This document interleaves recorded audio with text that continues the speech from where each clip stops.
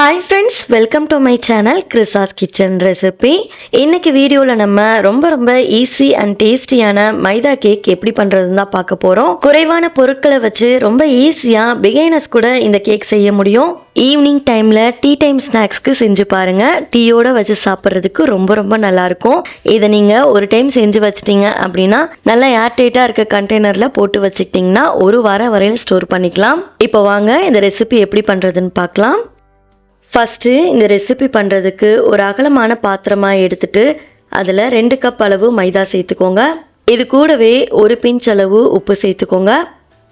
அடுத்து 1/4 டீஸ்பூன் அளவு baking soda சேர்த்துக்கோங்க. நீங்கள் பேக்கிங் சோடாவுக்கு பதிலாக பேக்கிங் பவுடர் கூட பயன்படுத்திக்கலாம். சேர்த்துட்டு ஒரு ஸ்பூன் வச்சு இதை நல்லா மிக்ஸ் பண்ணிக்கோங்க.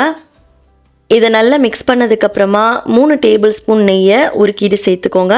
சேர்த்துட்டு இதை நல்லா மிக்ஸ் பண்ணிக்கோங்க. நெய் சேர்க்கும் போது நமக்கு கேக் ரொம்ப நல்லாயிருக்கும்.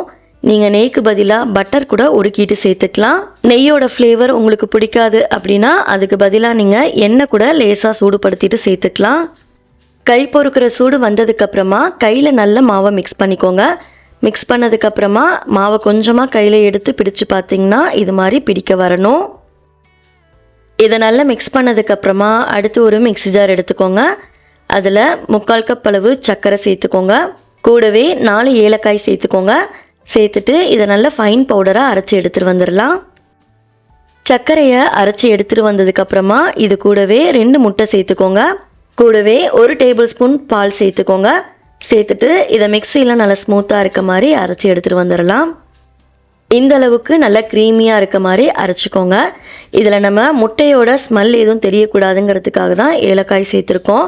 நீங்கள் ஏலக்காய்க்கு பதிலாக வெனிலா எசன்ஸ் கூட கொஞ்சமாக சேர்த்துக்கலாம். இப்போது இதை மாவில் சேர்த்துக்கோங்க. மாவோடு சேர்த்ததுக்கப்புறமா இதை நல்லா மிக்ஸ் பண்ணிக்கோங்க. நம்ம இதில் எக்கு சேர்த்துருக்கிறதால பார்க்குறதுக்கு உங்களுக்கு ஸ்டிக்கியாக இருக்கிற மாதிரி இருக்கும். அதனால் ஸ்பூன் வச்சு நல்லா மிக்ஸ் பண்ணிக்கோங்க. இப்போ பார்த்தீங்கன்னா உங்களுக்கு தெரியும் எக்கு நல்ல மாவோட கலந்து வந்துருச்சு. இது மாதிரி நல்லா கலந்ததுக்கப்புறமா இதை மூடிட்டு ஒரு 20 நிமிஷத்துக்கு ஊற வச்சிடுங்க. இது அப்படியே இருக்கட்டும். 20 நிமிஷம் ஆனதுக்கப்புறமா ஓப்பன் பண்ணிக்கோங்க. மாவு பாருங்கள் நல்லா செட் ஆகி வந்திருக்கு. இப்போது கையில் கொஞ்சமாக எண்ணெய் அப்ளை பண்ணிக்கோங்க.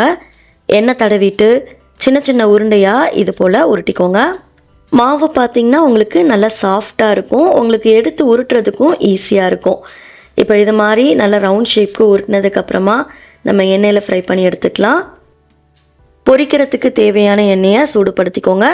எண்ணெய் பார்த்திங்கன்னா ரொம்ப சூடாக இருக்கக்கூடாது, லேசான சூடில் தான் இருக்கணும். மாவை உள்ளே சேர்க்கும் போது பாருங்கள் லேசாக பபிள்ஸ் வர ஆரம்பிக்குது. இந்த ஹீட்டில் தான் எண்ணெய் இருக்கணும், ரொம்ப சூடாக இருக்கக்கூடாது. லேசான சூடில் எண்ணெய் இருக்கும் போதே ஒவ்வொரு உருண்டைகளாக உள்ளே சேர்த்துக்கோங்க.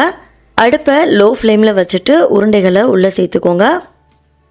எண்ணெய் சூடாக பார்த்திங்கன்னா ஒவ்வொரு உருண்டைகளாக மேலே எலும்பி வரும். இது மாதிரி எல்லா உருண்டையும் மேலே எலும்பி வந்ததுக்கப்புறமா அடுப்பை லோ ஃப்ளேமில் இருந்து மீடியம் ஃப்ளேமுக்கு மாற்றிக்கோங்க. ஸ்டவ்வை மீடியம் ஃப்ளேமில் வச்சுட்டு இப்போ நம்ம கேக்கை வேக வச்சுக்கலாம். அப்பப்போ கரண்டி வச்சு நல்லா மிக்ஸ் பண்ணிக்கோங்க. அப்போ தான் எல்லா பக்கமும் ஒரே ஈவனாக வெந்து வரும். இப்போ பார்த்தீங்கன்னா கேக் நல்லா உப்பி வந்திருக்கு. அதே சமயம் பாருங்கள் கலருமே லேசாக மாறி வந்திருக்கு. இது மாதிரி கேக் நல்லா வெந்ததுக்கப்புறமா கடைசியாக நம்ம எடுக்கிறதுக்கு முன்னாடி ஒரு 2 நிமிஷத்துக்கு அடுப்பை ஹை ஃப்ளேமில் வச்சுட்டு இதை நல்லா ஃப்ரை பண்ணிக்கோங்க.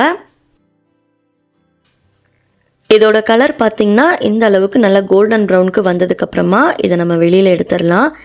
இது மாதிரி எடுக்கும்போது மேலே நமக்கு மொறுமொறுப்பாகவும் உள்ள நல்லா சாஃப்டாகவும் சாப்பிட்றதுக்கு ரொம்ப நல்லாயிருக்கும்.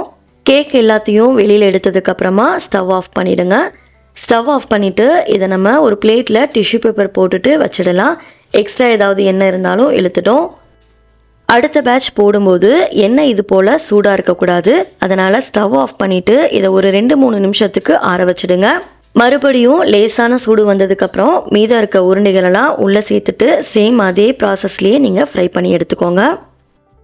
அவ்வளோதான், ரொம்ப டேஸ்டியான மைதா கேக் ரெடி ஆகிடுச்சு. இதே முறைப்படி வீட்டில் ஒரு டைம் செஞ்சு பாருங்கள். ட்ரை பண்ணி பார்த்துட்டு ரெசிபி எப்படி வந்ததுன்னு மறக்காமல் உங்களோட ஃபீட்பேக் ஷேர் பண்ணிக்கோங்க. நெக்ஸ்ட் ஒரு ரெசிபி வீடியோவில் பார்க்கலாம். தேங்க்ஸ் ஃபார் வாட்சிங். பபாய்.